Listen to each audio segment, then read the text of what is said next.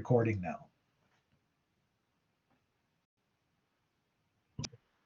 Am I good to go, sir?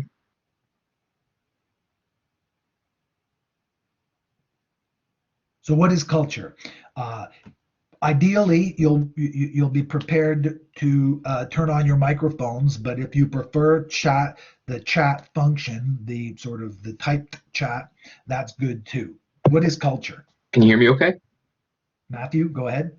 Okay. I think culture's general practices, beliefs, traditions, even religion that you pass on to your descendants, and that has been inherited by your ancestors.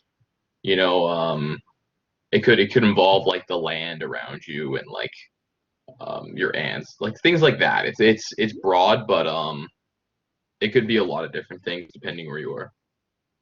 In some ways, in fact, it's everything. It's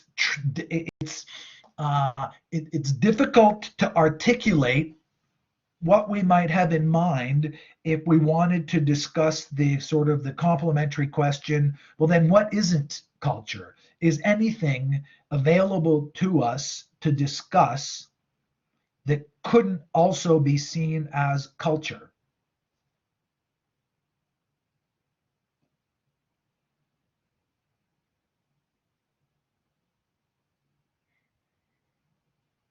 So let me ask then a parallel question, and then let's see if we can figure out ways to figure out, are they absolute opposites? So culture is all of those things that Matthew suggested. Is there anything that's non-cultural?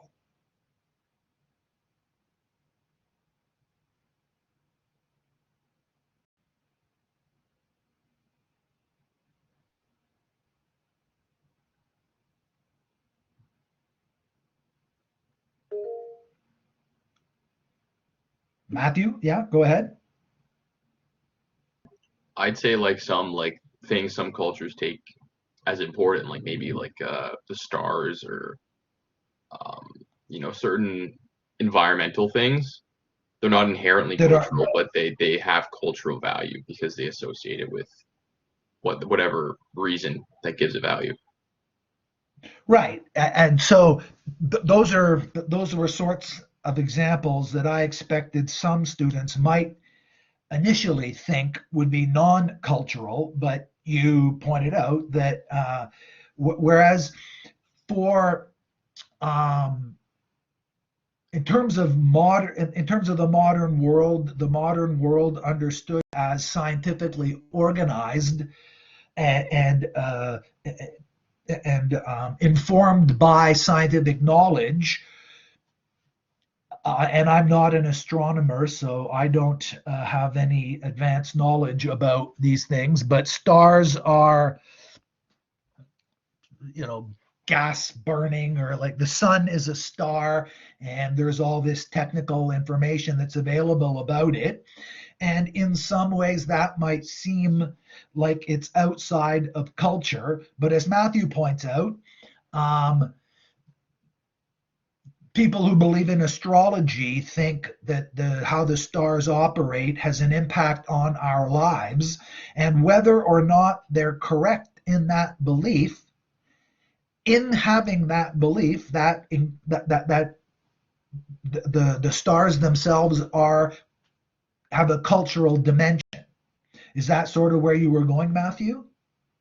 Yeah, like they're not inherently cultural to anything. Like it's a star, right? It's burning gas, but people will associate it with things and it becomes a cultural icon, I guess, is what I'm trying to say.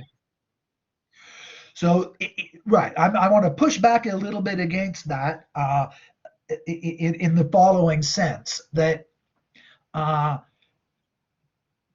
initially, at least, it seems like scientific knowledge is in some ways the opposite of cultural. Everything, and that whatever the scientists come up with, as long as they're right or to the extent that they're right, it's not cultural, it's fact. But from a sociological point of view, there's no clear line we don't have available to us some self-certifyingly neutral perspective from which we could say scientific knowledge is not cultural, it's just truth, or something along those lines. Science itself is organized in all sorts of ways that are 100% cultural. And an example of the difficulty of finding a line is that that's connected here. Some people believe that the theory of evolution is, in quotes, just a theory. Now, I'm not one of these people. I think the theory of evolution is, for all intents and purposes, just to get the conversation moving a bit, true. I believe the theory of evolution is the best available explanation we have for all the things that the theory of evolution is trying to explain. People who disagree with that, for a variety of reasons that if we need to or if we want to, we can hopefully briefly discuss, but there are people who don't believe that the theory of evolution is scientific knowledge. They think that it's propaganda of some kind. And one strategy that's used by people who hold that view is to find people with PhDs in biology, people with socially accepted, culturally validated credentials that would seem to put the theory of evolution back in the mix of, well, some scientists say this, some scientists say that. A similar kind of thing occurred with climate change, where many scientists argue that human activity on Earth has caused temperature increase around the planet. And people who push back against that view, they insist that, well, that's the view of some scientists, but other scientists disagree with that. So do you see can anyone tell me back and describe what argument it is that I'm trying to make here? What point I'm making?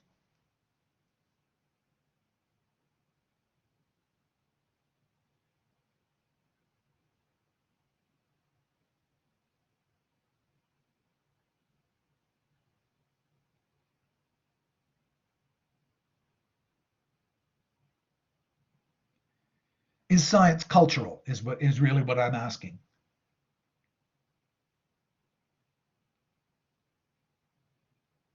Hello? Okay, yep, no, I'm right.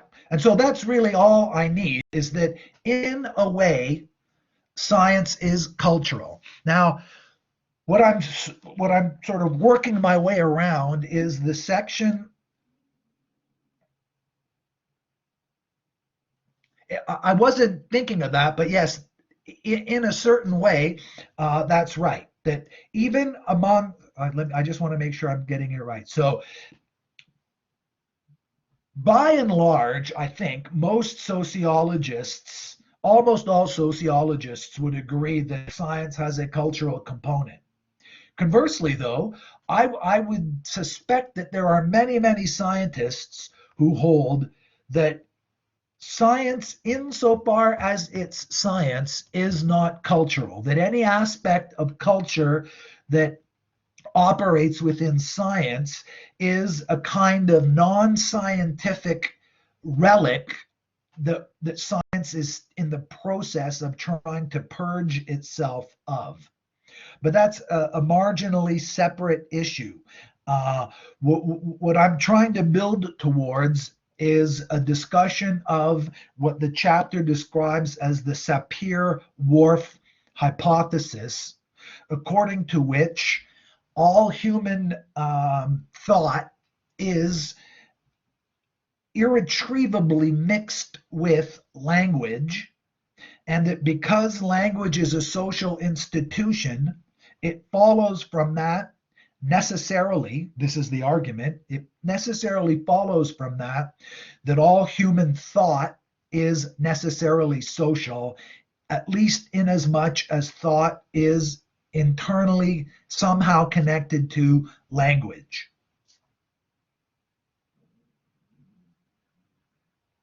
And so language, a little bit like stars, language has a scientific component. What are some of the scientific components to language that you think of, that you know of, let's say?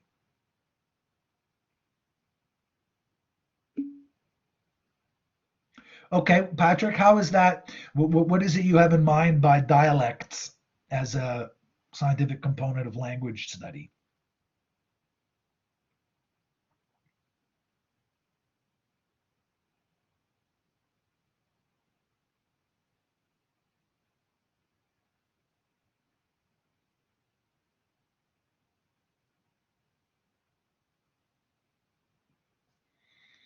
What I had in mind was all of the fantastic advances that have been achieved in the last 20 or so years with the application of contemporary technology to the study of the brain.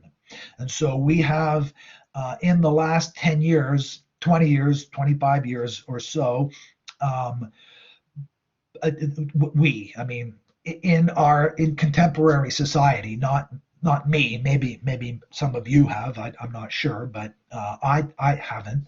But I know of um, all kinds of advances in terms of brain scans and brain function imaging that have been able to connect all kinds of different aspects of human behavior, and in particular, human linguistic behavior, to advances in brain function. And in the last 10 years or so, there's been a convergence of these developments in brain function and DNA sequencing of human evolution. And so, in a lot of ways, the scientific understanding of how the brain operates and produces language has dramatically increased our scientific understanding of how language operates. But notwithstanding all of these advances, all of these scientific advances, there are still aspects of language use that don't seem to be resolvable by a more and more and even an infinitely complete understanding of how the brain operates.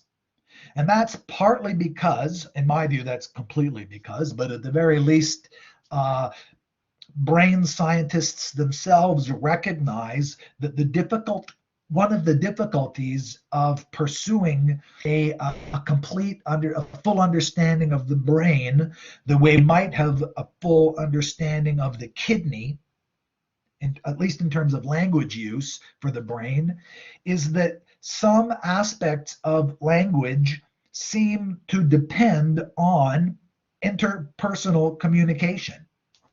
So when I asked about culture, Matthew, um, my speaker was off for the beginning part of what Matthew said, so I'm not 100% sure of the whole thing of what Matthew said, but Matthew gave a general account of what culture is. Often in a classroom setting anyway, but often when I ask that question to start this lecture, some students will ask me, well, what do you mean by culture? And in terms of achieving what my use of language in this exact context is, it doesn't just depend on what's going on in my brain. It depends also what's going on in your brain.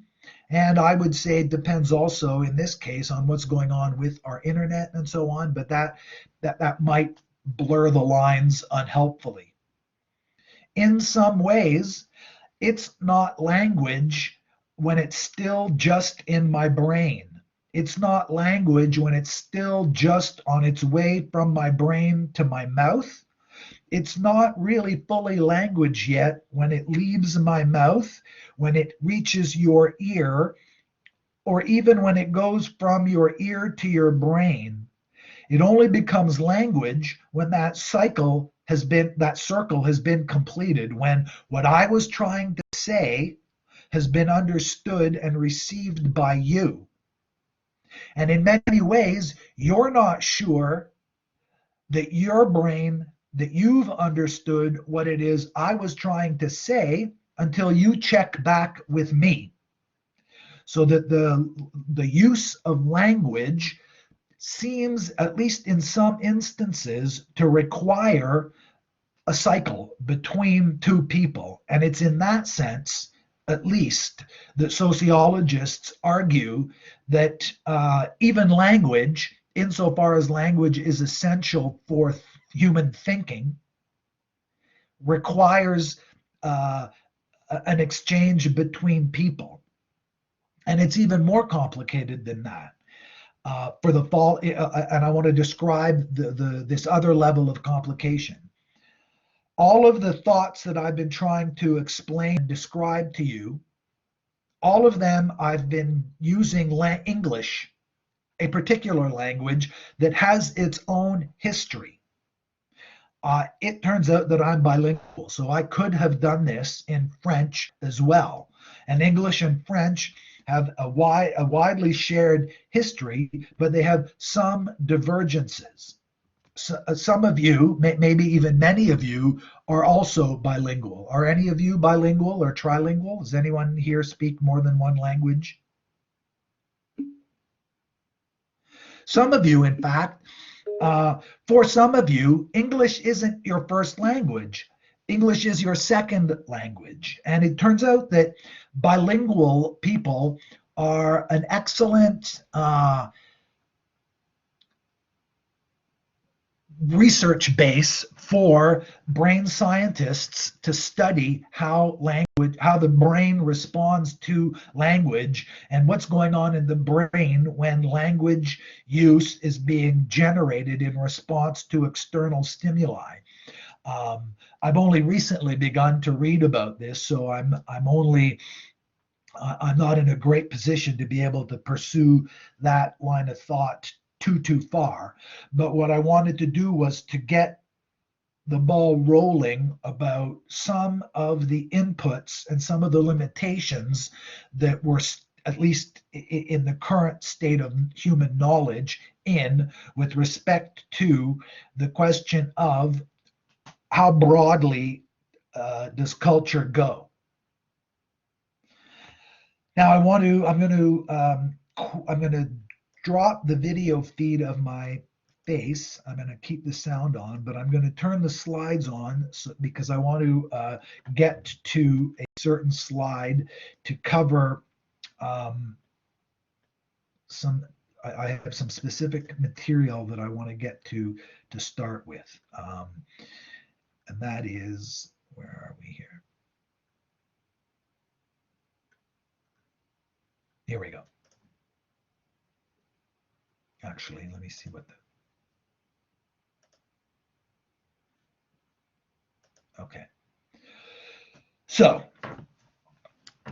now this slide is going to illustrate one of the challenges that I was trying to describe before, and hopefully to use that challenge to move us forward and to start to think about some of the ways that culture is a resource for sociological thinking and also a topic for sociological research. So in the chapter 2, Brim, the author of our textbook, makes the claim that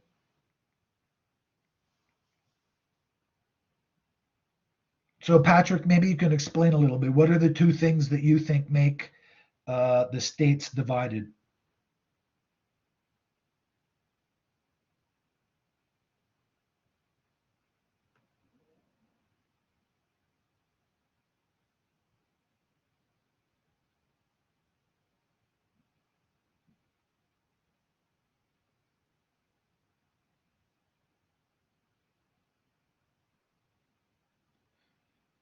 Patrick,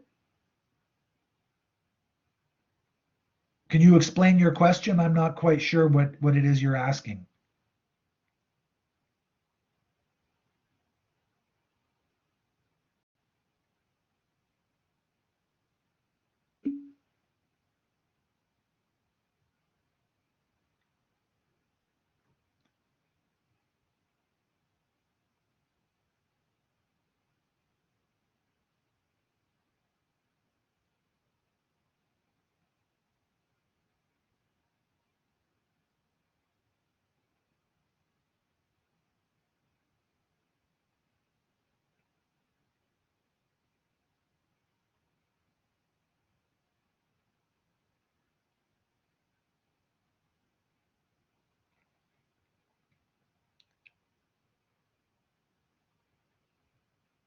Well, the Black Lives Matter protest is an excellent uh, phenomenon to use to explore this two-sided, this claim that Brim develops about the two-sidedness, uh, the duality of culture.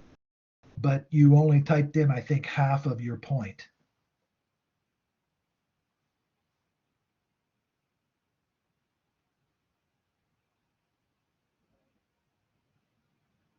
Well, I'm going to move on, Patrick. I don't want to. Okay, here we go.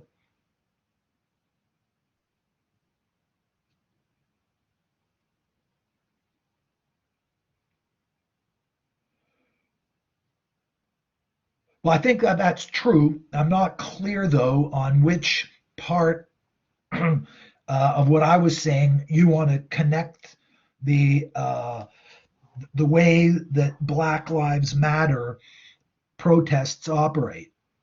Uh, no apologies necessary. This is we're all trying to figure this out.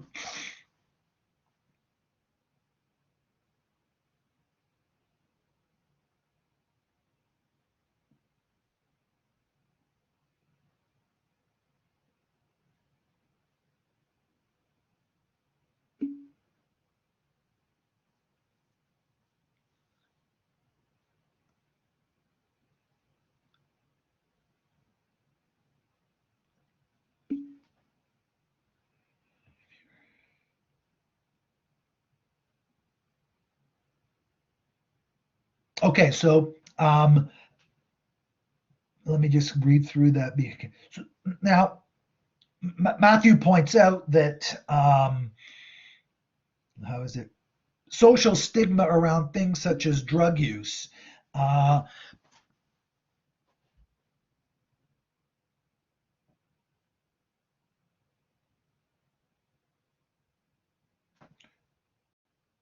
so those two examples, I think, are very helpful starting points for trying to discuss the very, very general point that Brim is making about culture.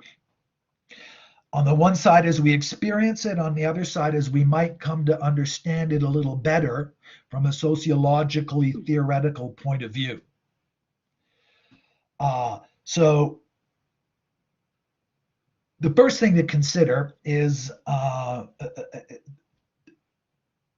it's possible that on the face of it, what it looks like is with the Black Lives Matter on the one side, and on the other side with drugs, for example, it could just be that one side's right, one side's wrong, and that we don't need culture, we don't need anything particularly sophisticated to understand that.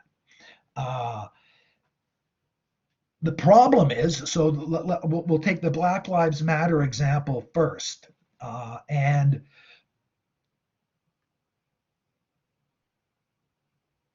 by and large,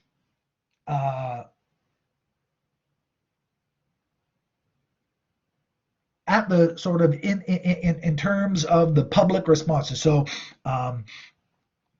in the United States, since the Black Lives Matter movement was invigorated, that's probably an unfortunate way of putting it. After George Floyd was killed, many demonstrations made the news. And so there was a very strong response from lots and lots of people. And the Black Lives Matter movement, which, from what I understand, started in Ferguson, in Missouri, and just outside of St. Louis and Ferguson, gained a lot of momentum, and then other events managed to push out of broader public consciousness the activities and the social goals of the Black Lives Matter movement.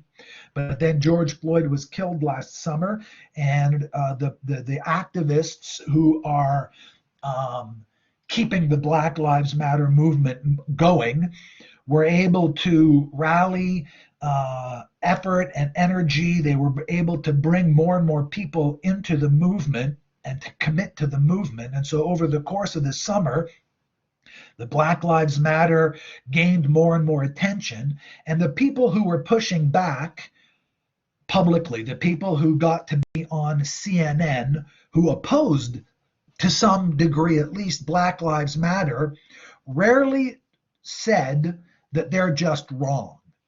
What they typically tried to do was to reframe the issue. Rather than say Black lives don't matter, what they said was all lives matter. And there, what they're trying to do is to, my own private view, I guess, is they're playing a game.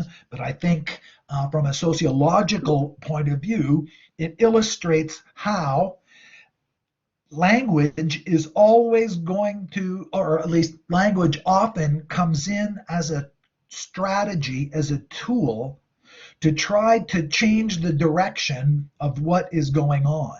So rather than flat out saying, so on the CBC News, when they would bring it up, or when the Canadian government, Justin Trudeau, came out in support, famously came out of Parliament Hill and knelt with Black Lives Matter protesters on Parliament Hill in Canada, he publicly demonstrated some support for the Black Lives Matter movement. Hopefully he was sincere. What we don't get is two directly opposite movements. We don't get anymore, anyway, very much the public support for the proponents of the view that Black lives don't matter. The Ku Klux Klan, even the Proud Boys seem to be reluctant to directly deny the notion that Black lives matter. They don't seem prepared, the Proud Boys that is, don't seem to be prepared to say Black lives don't matter. And here what they're doing is they're using language. And it's this problem, the fact that language gets in the middle and becomes the topic of disagreement is the way that freedom and constraint operate as contradictories in culture. I'm afraid that I've lost the thread of the argument I was trying to make. Let me see if I can fix it by taking a look at at Matthew's example. So Matthew says that a social stigma is put around drug use and other dangerous activities, which ends up, of course, being, I think Matthew is accurate in this second part, it ends up being in a certain way against freedom. So the problem with that is that Matthew's starting point is contestable.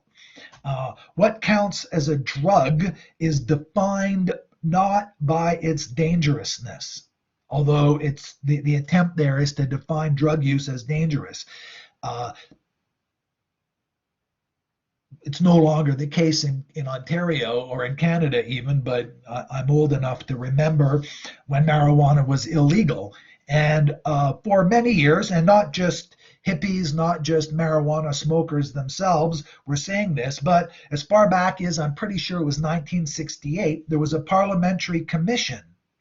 The federal government organized a parliamentary commission to examine marijuana drug use and the laws that made it illegal. And as far back as maybe it was the 70s, but as far back as the 1970s, the Parliamentary Commission concluded that marijuana is not more dangerous than lots of other substances which aren't illegal. So marijuana was illegal, and some aspects of marijuana use can be illegal, but there are lots of other substances that we do use which are not illegal. So that the dangerousness of the substance doesn't explain why marijuana was illegal, but beer was not illegal. in the same way anyway. You had to be over a certain age to buy and consume beer, but you could never, no matter how old you were, no matter what, under any circumstances, marijuana was illegal, beer was okay. Why is it? Why is one legal and one illegal? Part of the argument was that constraint of our freedom makes sense under certain circumstances. And so we were prepared as a society in Canada to constrain our freedom in the use of marijuana, but we weren't prepared to constrain our use in the freedom of choosing to drink beer or not drink beer. Over time, as a society, we decided that that contradiction, that arbitrariness was not supportable, was inconsistent with our use of freedom. It's still illegal in Canada to use heroin, to buy heroin, to have heroin, to use heroin. And it's recognized in Canadian law that that is a constraint of our freedom, but it's pursued in order to allow us to practice, in order to allow us to achieve our freedom in all kinds of other respects. One of the ways that we have of describing the negative consequences of heroin use is that beyond a certain level of heroin use, you become addicted. And what happens when you're addicted to heroin is that diminishes your freedom. Heroin addicts are described as slaves to their habit, and they can't break free of heroin. And so as a society, we feel that collectively we're advancing our freedom, our ability to do all the other things we want to do, by constraining our ability to do this one thing. We've made it illegal because we've observed that when it's not, because we think we've observed anyway, we believe that it's true that where heroin is available, some people will not be able to use their freedom in a way that's compatible with all the other aspects of their life. And so culture gives us all these options, but some of those options are incompatible with our ability to do all the other things that we want to do. So freedom and constraint in the world that we live in seem to go together. We can't have freedom without some amount of constraint. Does that seem to make sense?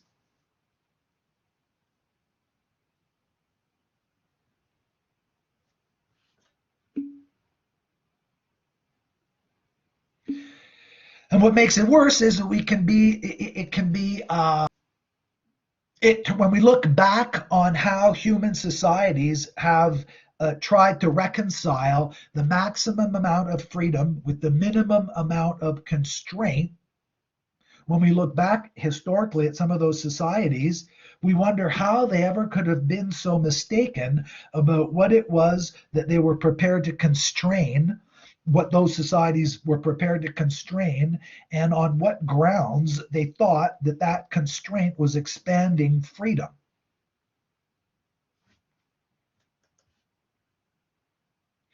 Now, one of the teaching reasons that I wanted to start more or less halfway through the presentation was that trying to understand the interconnection between freedom and constraint as the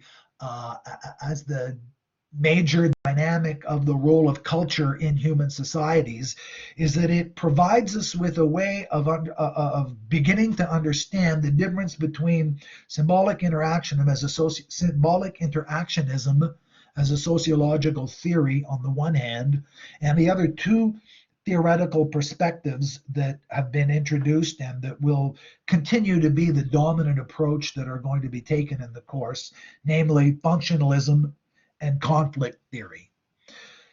Symbolic interactionism, the main difference between symbolic interactionism, the main theoretical difference between symbolic interactionism on the one hand and those two other theories is that those two theories take a macro approach. They start from the level of structure and broader society level institutions and so on. And they then try to develop an account that has explanatory value to those of us who, to individuals. Symbolic interactionism adopts the exact opposite strategy. It tries to start from our own personal level of engagement in society and build up from how we respond to society, how it is that we think we're engaged in society, and then tries to build the theory up from the bottom instead of the way social symbolic interactionism, or sorry, structural functionalism and conflict theory do, which is to start from the top. They take a look at class structure. They take a look at different religious beliefs from the point of view of Catholicism or Protestantism or Islam. They take a look at national differences or gender differences between men and women, and move their way down to try to explain how that works in smaller and smaller levels. Symbolic interactionism does it in the very opposite direction. So symbolic interactionism is going to try to understand drug use by observing much smaller groups of drug users, and to try to understand how it is they respond to and how it is they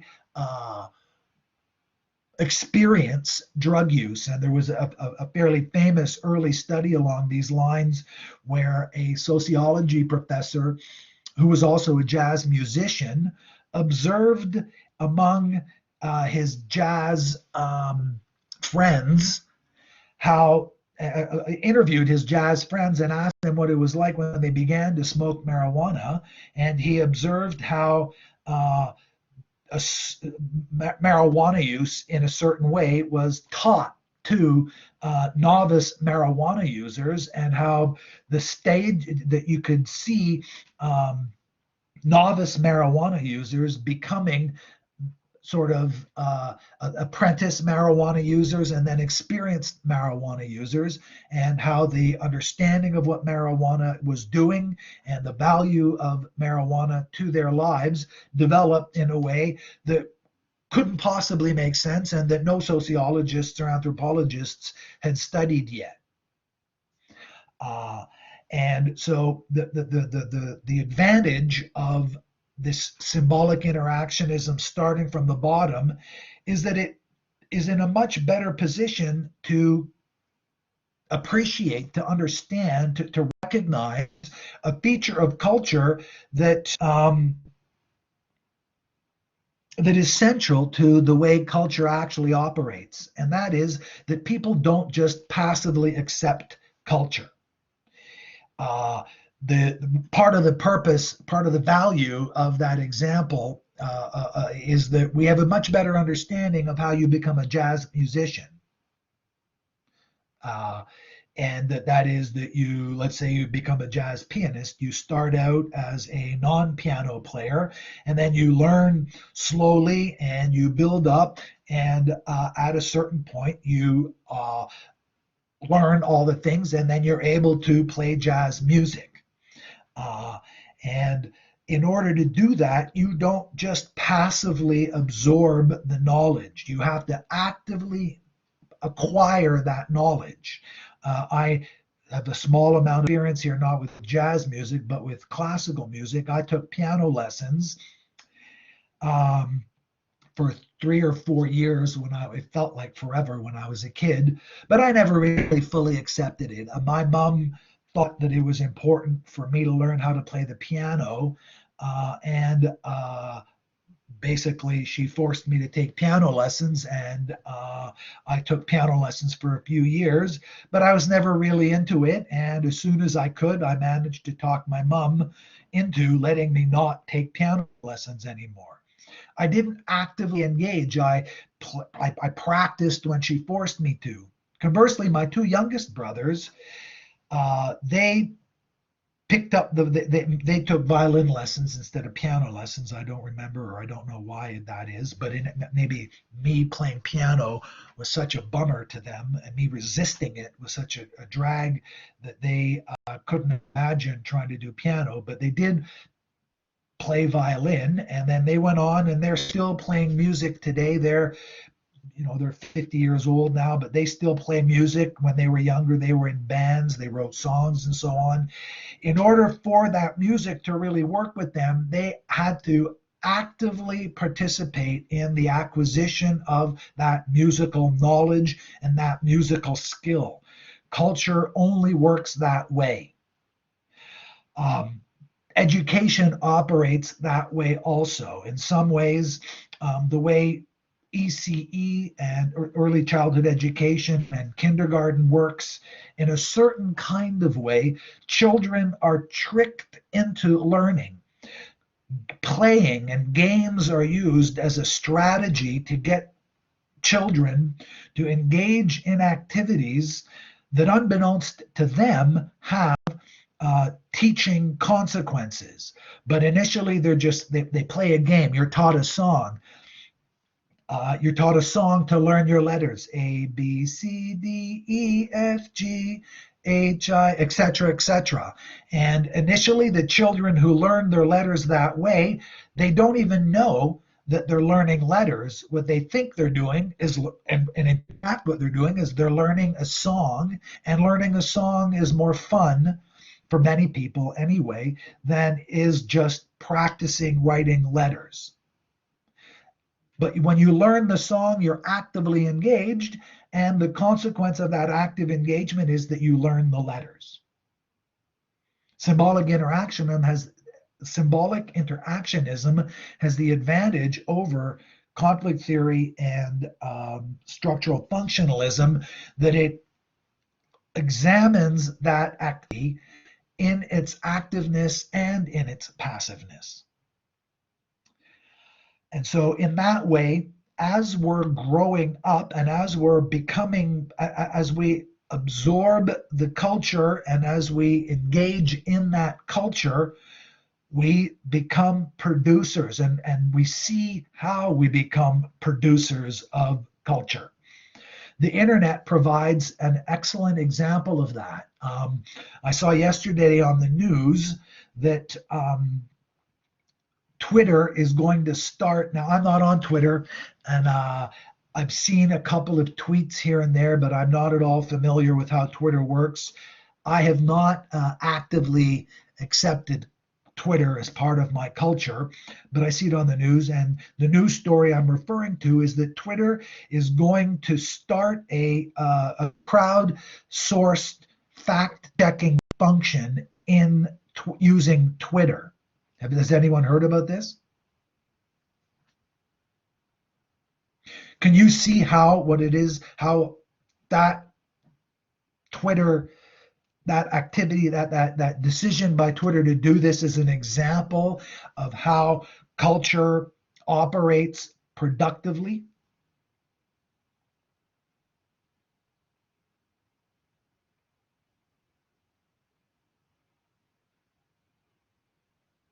Why do you think Twitter's doing this?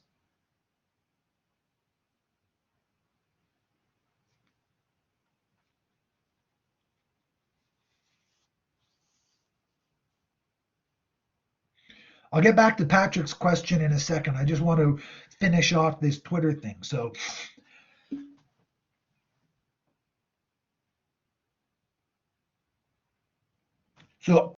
I'm speculating here. I think Twitter is very, very worried that the U.S. federal government, as a result of, partly as a result of the election. So you may know that in the last few weeks, then President Donald Trump's Twitter account was frozen because of what he was doing.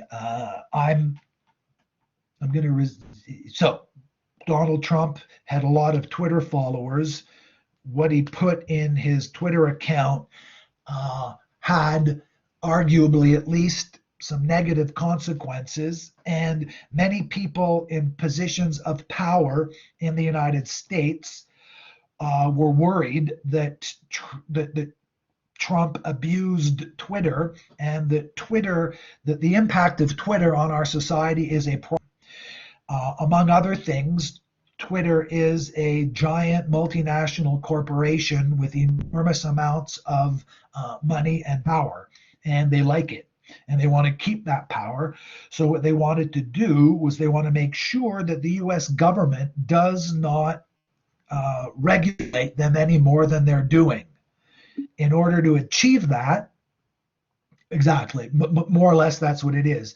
In order to be able to pursue their freedom, Twitter, in order to continue to do what they're doing, Twitter is looking to implement a certain amount of internal constraint through the use of the platform itself. And so Twitter users are going to produce a fact-checking mechanism through Twitter itself. So Twitter as a culture is going to produce some knowledge that's going to allow Twitter to continue. So there's this circular thing that people who use Twitter are going to be able to and are going to be called on to use Twitter to defend Twitter. And that circular dynamic is the way that freedom and constraint operate in a circular manner. That's the kind of general logic that sociologists observe at work in human society. The challenge for sociologists is to be able to offer an explanatory account of how that circle works and what the component parts of that circle are. So structural functionalists are going to suggest that Twitter is an adaptation that is allowing society to reintegrate into the operation of that society using internet media in order to continue to reap all of as many as possible of the advantages of Twitter, the commercial advantages, the financial advantages, the social, advantages, while at the same time moderating all of the negative consequences, such as the chief one that's available for discussion now, the spread of disinformation that is having harmful consequences on our society. Now, what that disinformation is and what those harmful consequences are is still also, of course, up for debate and or disagreement.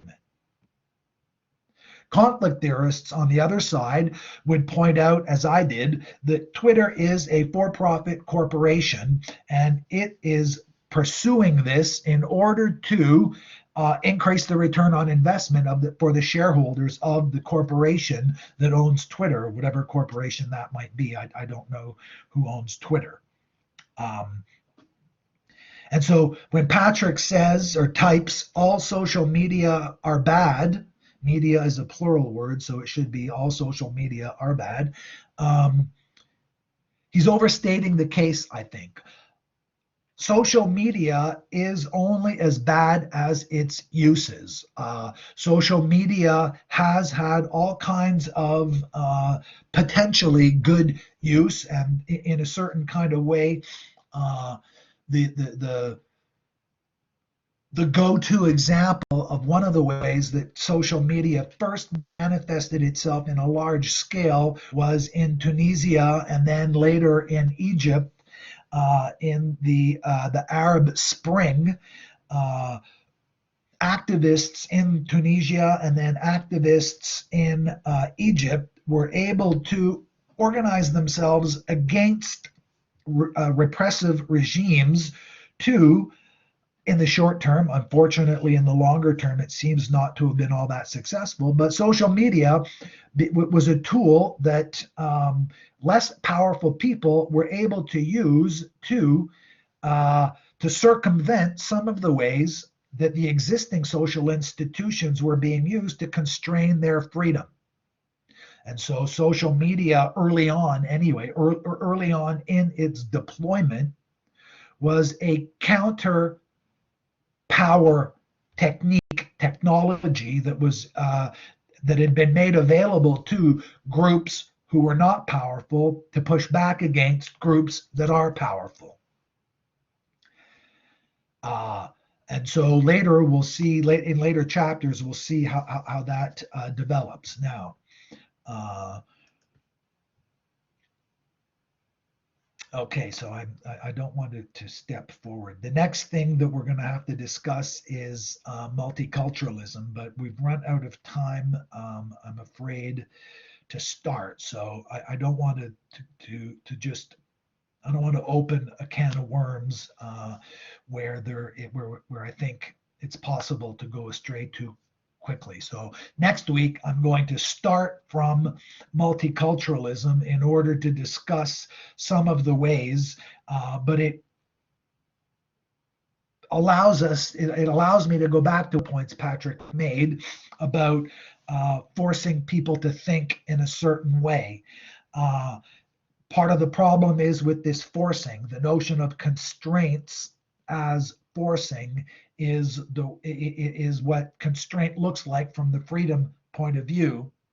What freedom looks like from the constraint point of view is that you're not really engaging in anything at all unless there are constraints on that activity. That's a complicated philosophical set of propositions, but language is a good example.